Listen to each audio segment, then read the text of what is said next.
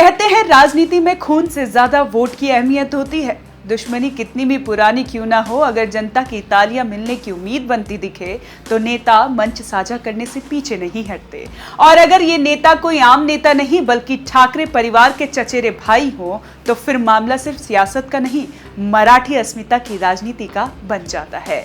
2 दशक बाद ठाकरे परिवार के 2 चीर प्रतिद्वंदी राज ठाकरे और उद्धव ठाकरे एक मंच पर दिखे, वो भी सिर्फ दिखावे भर नहीं, मराठी भाषा के नाम पर, मराठी अस्मिता के नाम पर। बर्ली स्थित NSCI डोम में आयोजित महारैली आवाज मराठीचा में दोनों नेता पहुंचे और इसी एक तस्वीर ने महाराष्ट्र की सियासत जमीन में हलचल पैदा कर दी।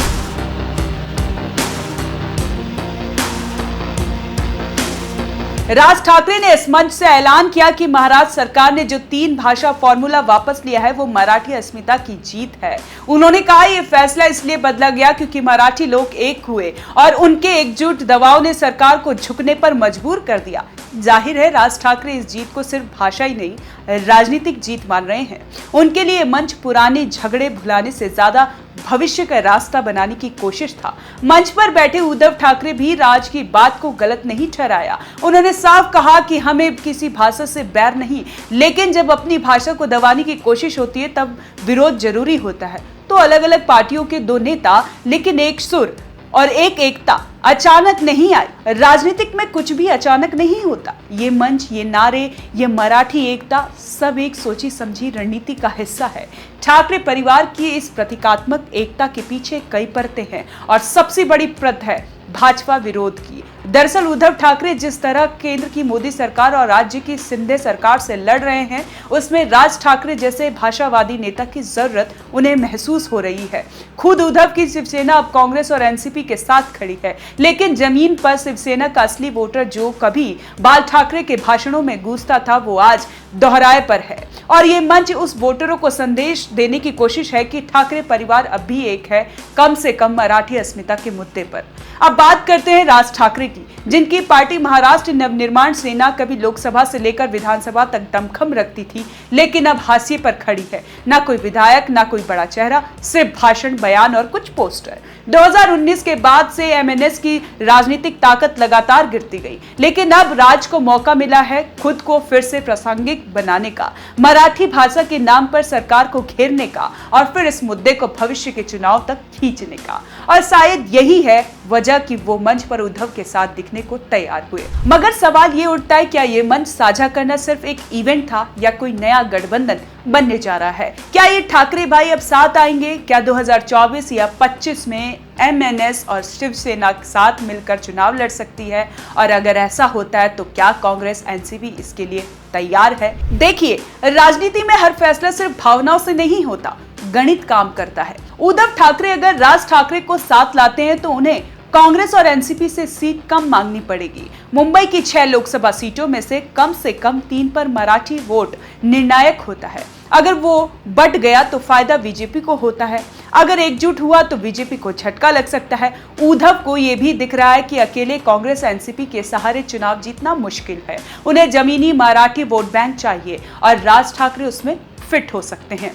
पर यह गठजोड़ इतना आसान नहीं है। कांग्रेस एनसीपी को दिक्कत है, उन्हें डर है कि अगर राज ठाकरे आएंगे तो उत्तर भारतीय वोटर खिसक जाएगा। बिहार और यूपी से आए मजदूरों को लेकर राज ठाकरे की छवि काफी विवादित रही है। 2008 में राज की पार्टी ने जो हिंसक आंदोलन किया था उसकी यादें अभी भी ताजा है। ऐसे में अगर MNS गठबंधन में शामिल होती है तो कांग्रेस को मुंबई की कुछ सीटें गंवानी पड़ सकती है। लेकिन शायद अब राजनीतिक मजबूरी इतनी गहरी हो चुकी है कि सब अपने अपने एजेंडे को किनारे रखकर बीजेपी को हराने की सोच रहे हैं।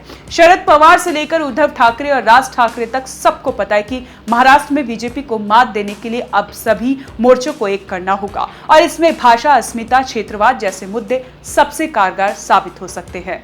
इस पूरी कहानी में अगर किसी को सबसे ज्यादा फायदा दिख रहा है तो वो है राज ठाकरे। बिना एक भी विधायक के, बिना किसी सरकार में शामिल हुए वो एक रैली में जाकर खबरों के केंद्र में आ गए हैं। सोशल मीडिया हो या मराठी अखबार, हर जगह उनके नाम की चर्चा हो रही है और उद्धव ठाकरे की मौजूदगी ने उन्हें वो वैधता भी दे दी है जिसकी उन्हें सालों से तलाश थी।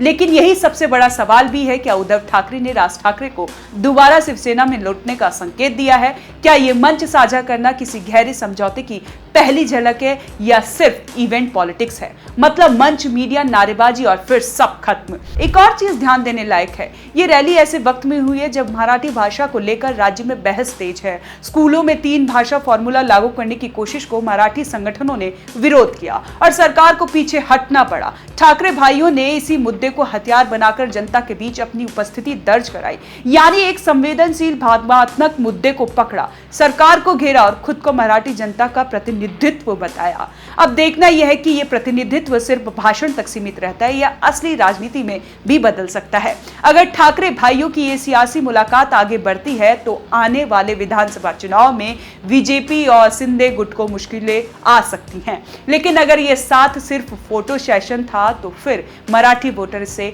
भापने में देर नहीं लगाएगा। राजनीति की सबसे बड़ी ताकत जनता की समझ होती है, वो सब देखती है कौन कब किससे मिल रहा है, क्यों मिल रहा है और कितने दिन साथ चलेगा।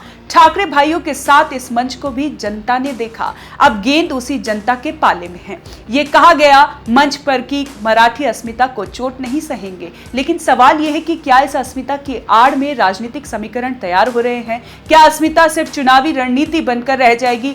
सियासत में ऐसी तस्वीरें अक्सर बनती हैं, फिर टूट जाती हैं। मंच एकता दिखाते हैं लेकिन बैक स्टेज सौदेबाजी होती है। अभी सब कुछ हवा में है, ना गठबंधन पक्का है, ना नियत साफ दिख रही है, बस संकेत है। सुर मिलते हुए नजर आ रहे हैं, पर क्या ये सुर पूरे गीत में तब्दील होंगे? यही असली सवाल है। ठाकरे एक मंच पर तो आए, बट क्या मन से आए या फिर मजबूरी की राजनीति एक नई स्क्रिप्ट लिख रही है? 2024 और 25 के चुनाव में ही इसका असली जवाब मिलेगा।